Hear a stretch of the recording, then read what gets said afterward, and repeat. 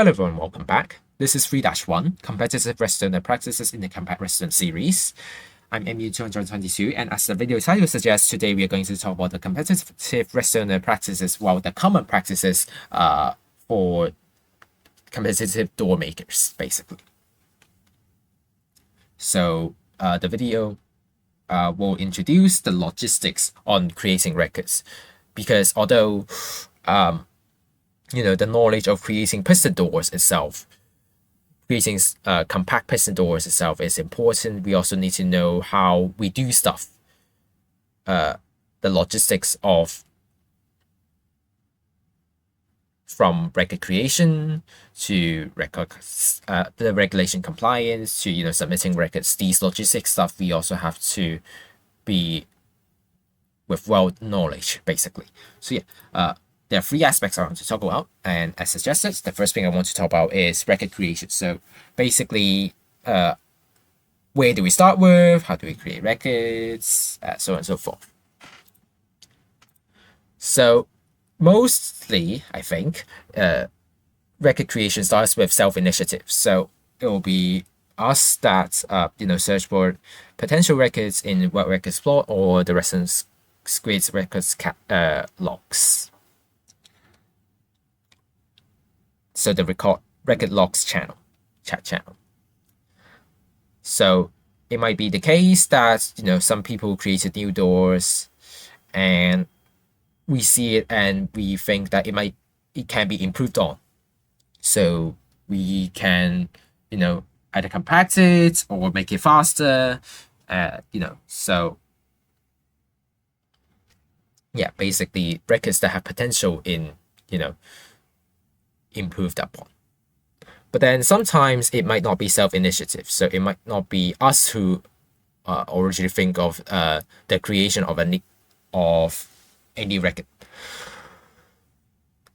It might be initiative from others as well, because in case if you get along with other people in the competitive door making community, then you might get invitation from others on creating records. So in this case, if you accept it, then you would be participating and cooperating with others on creating records.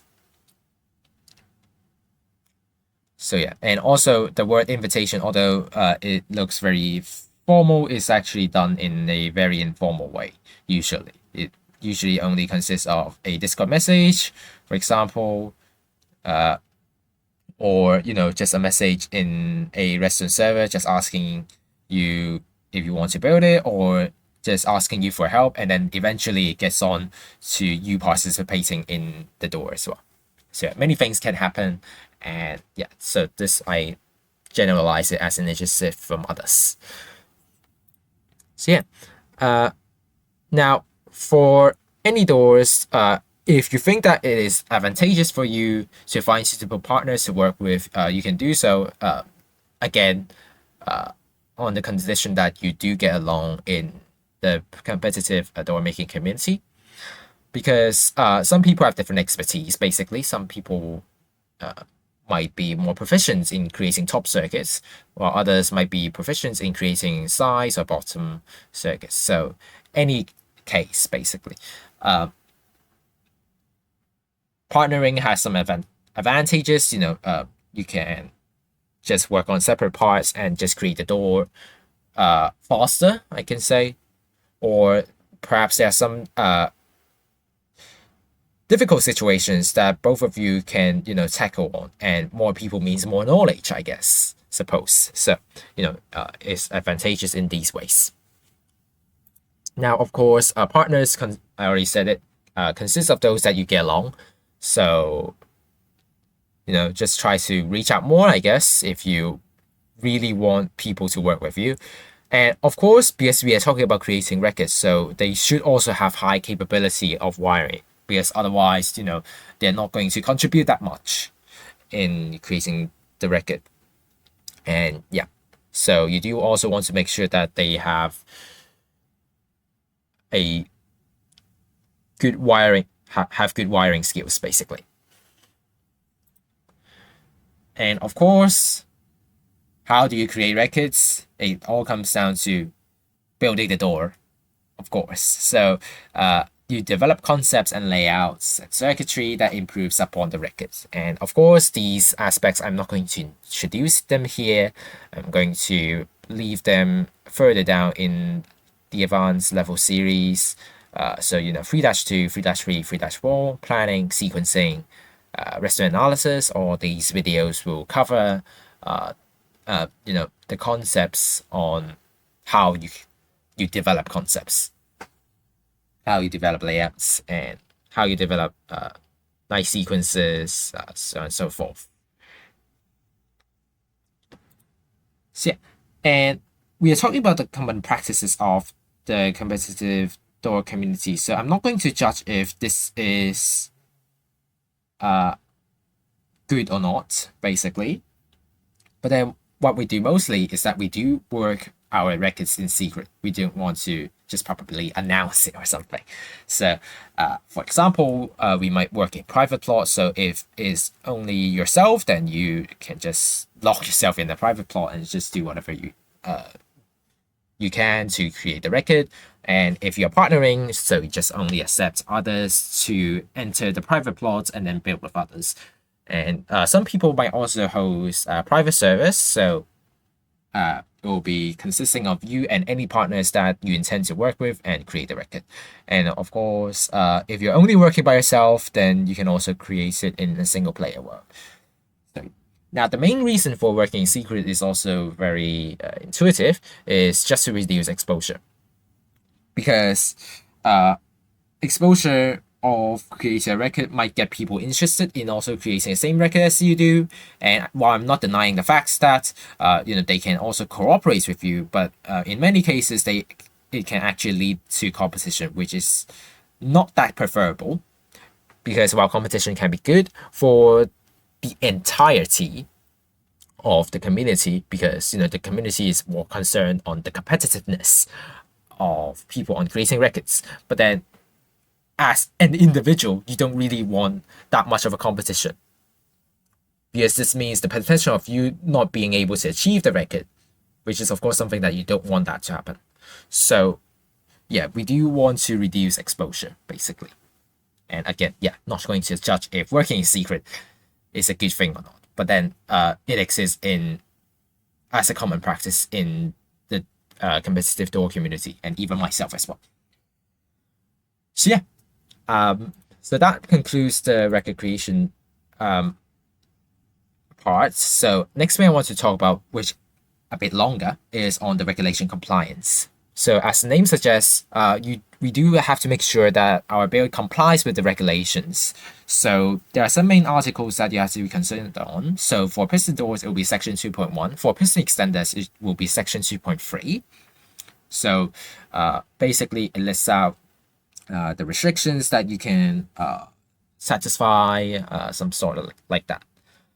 Section 3 is on the eligibility of records. So basically, if you are intending to claim a record title, you have to satisfy all of the regulations stated in Section 3. And lastly, is Section 4.2 and 4.3. So Section 4.2 is on smallest, Section 4.3 is on fastest. I assume most of you are concerned on Section 4.2 because this video series is called Compact Redstone for a reason. So yeah, there are some regulations that you also have to notice a bit on Section 4.2. So things that allows some sort like that. And also, the volume calculation, I guess. So yeah. But then regulations can sometimes be quite confusing, mainly due to, perhaps the wordings of the regulation has to be formal. So, some people might not be able to understand in such a complexity. So if you really have doubts in the regulations, well, please do ask, because posting a door that does not comply with the regulations gives you a very bad reputation, basically. So yeah, just feel free to ask people. And for simple questions, any experienced listeners will be able to answer it. So, the simple definitions of some restrictions. So yeah, it should be easily answerable by experienced redstoneers. They don't necessarily have to create many records, but then if they're experienced enough in the competitive community, then they would be able to answer it. But then there are of course some occasions where the questions can be quite complicated. So for example, concerning on the specific wordings of the regulations, then what do you do? Unfortunately, experienced Westerners might not be able to give a consistent answer. So I will suggest you to answer, to question it and leave it to be answered by active editors of regulations. So that the active editors, really there are only two people. One is Toast. Toast is more familiar than me in regulations,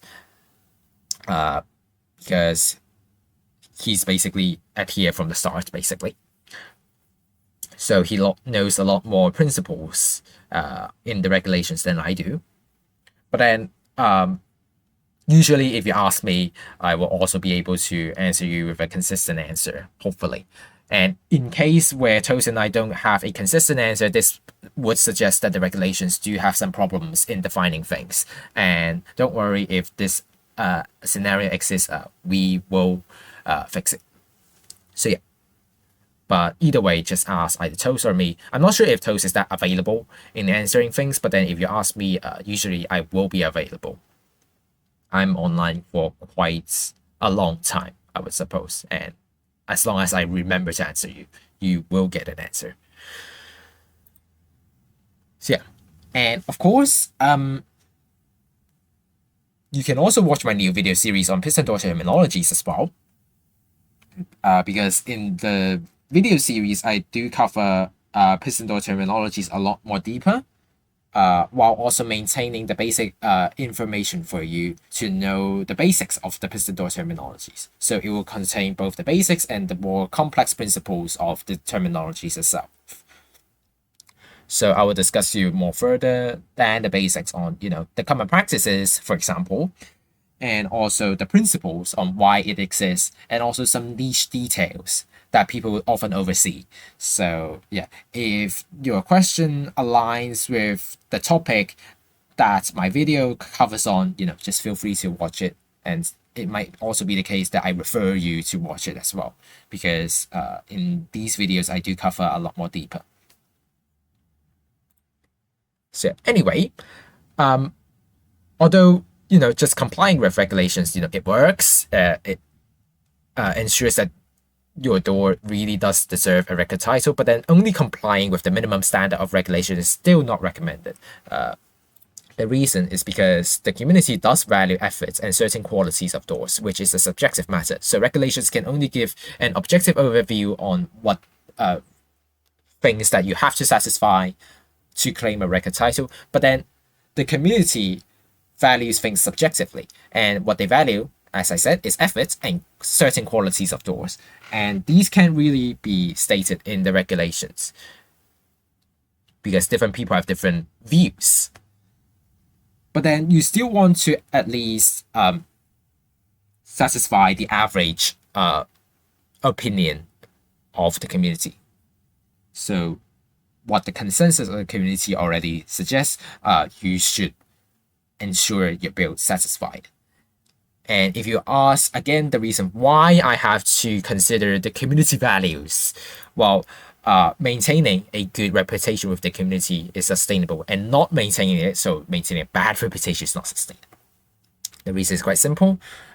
Good reputation gives you more opportunities to work with others, be able to create positive relationship with others, and hence be more capable of developing your skills, improving on yourself even further. While a bad reputation means people are going to distance away from you, you also might be emotionally affected by it, and just disincentivize you in creating more doors, basically, which is not what you want. So yeah, maintaining a good reputation is sustainable, and the reverse would be not sustainable. So yeah. But then, I say the community values efforts and certain qualities, but then what are the examples? You still might be confused on it. So let me give you, just 2 or 3 of them. So an example would be restriction combination. Now, the regulation actually allows any number of non-conflicting restrictions combined. So, any restrictions that you satisfy, and indeed under these restrictions that the record title is satisfied by your build, then you can just claim it. So this basically means that if you have more restrictions satisfied, then you have more combinations, usually, and then that translates to more record counts. But then most records, we don't really incorporate some restrictions. We only incorporate certain restrictions only. So I'll give you some examples. Restrictions like nodes blockless, clockless. These are usually restrictions that are more easily achievable, and they don't really. And for node blockless in particular, it doesn't really serve that much of a purpose. So adding these restrictions don't really increase quality, unfortunately.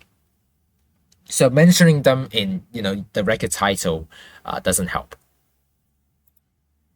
And another thing is that if you included too many restrictions, then you give people the impression of trying to inflate your record number counts, which actually damages reputation. We really only want important restrictions to be included in the record count instead of some niche restrictions that either is trivial,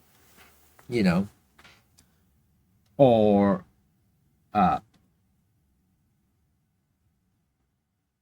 doesn't serve a purpose, like node blockless. It doesn't really serve that much of a purpose already nowadays. So yeah. As a personal practice, this is what I do basically. I don't count easy restrictions towards a record combination count, but then I do add it in the additional information. So yeah, although the regulations allow you to claim these restrictions, I only just put them in the additional information because I don't have to claim it. I don't have to look bad in front of the community and say, hey, I achieved this number of records. That is not something that we want to emphasize on. All you want to emphasize on is that, hey, I created a record under some certain restrictions, and yeah, that's all. You don't have to emphasize on your record number count. Instead, you want to emphasize on your door. So it's basically like that. Another example on, not complying with just the minimum standard of the regulations is the creation of new categories. Now, there are actually many categories that people never attempted on. So regulation allows many categories that have never been attempted before. But then most of the records that you currently see are just improvements of previous records. So this also means that these records are on existing categories, and they do not claim the first title under section 4.1. They claim smallest or fastest under sections 4.2 or 4.3 respectively. Now, here's the reason why. So, unless the new categories really demonstrate intensive efforts, new categories are usually easier to achieve records. This should be trivial for you, because what constitutes as a first title? This means that you only have to be the first person to build it. So there are no restrictions on the volume, no restrictions on the speed at all. So this concludes low quality as a consequence in most cases. Because you only have to build it. You don't have any concerns on whether the door is small enough or is fast enough. So yeah.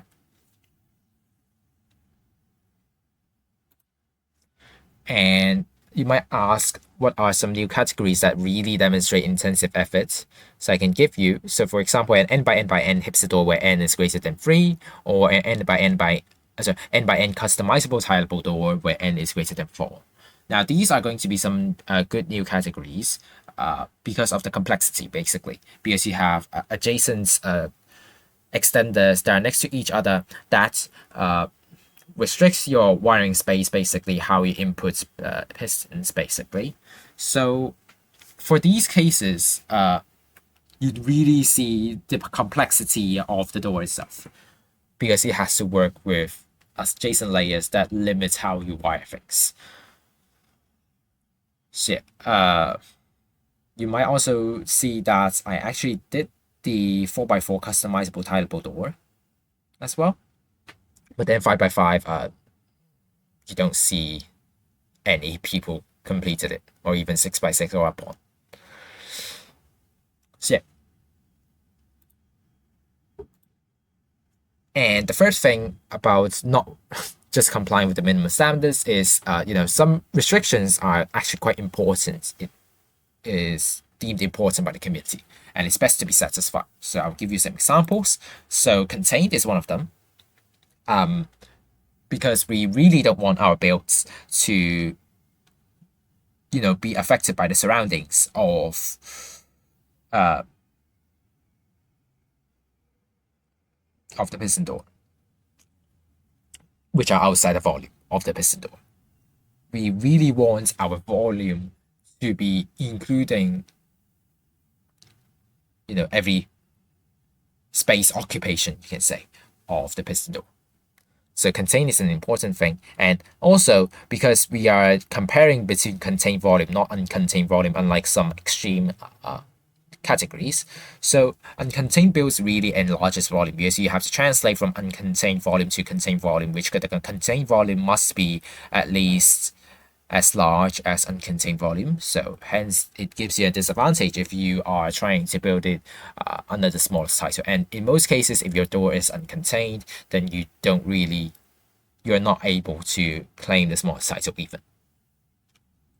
The second one is, I say minimal entities. I don't say entityless. Entityless is a valid restriction, but then I only say minimal entities. The reason why is that there are some entity usage that are deemed trivial and is easy to use and is acceptable at least. But then there are also some entity techniques that are much more complicated to create on, and yeah, people don't like it because they do value how easy your door is buildable. Although we don't intend our builds to be applied in a survival world, we do still want our builds to be easily buildable, replicatable. Yeah. And the third and fourth are quite similar: non-locational, non-directional. Because we don't really want our doors to not be able to work in certain locations nor certain directions. We do want our doors to be working in any location or any direction. I should say in any direction, actually. So yeah, this thus demonstrates the quality of the door as well, because this means that we don't have to rely on some niche techniques that makes the door unreliable in terms of location or directions. So yeah, it's that.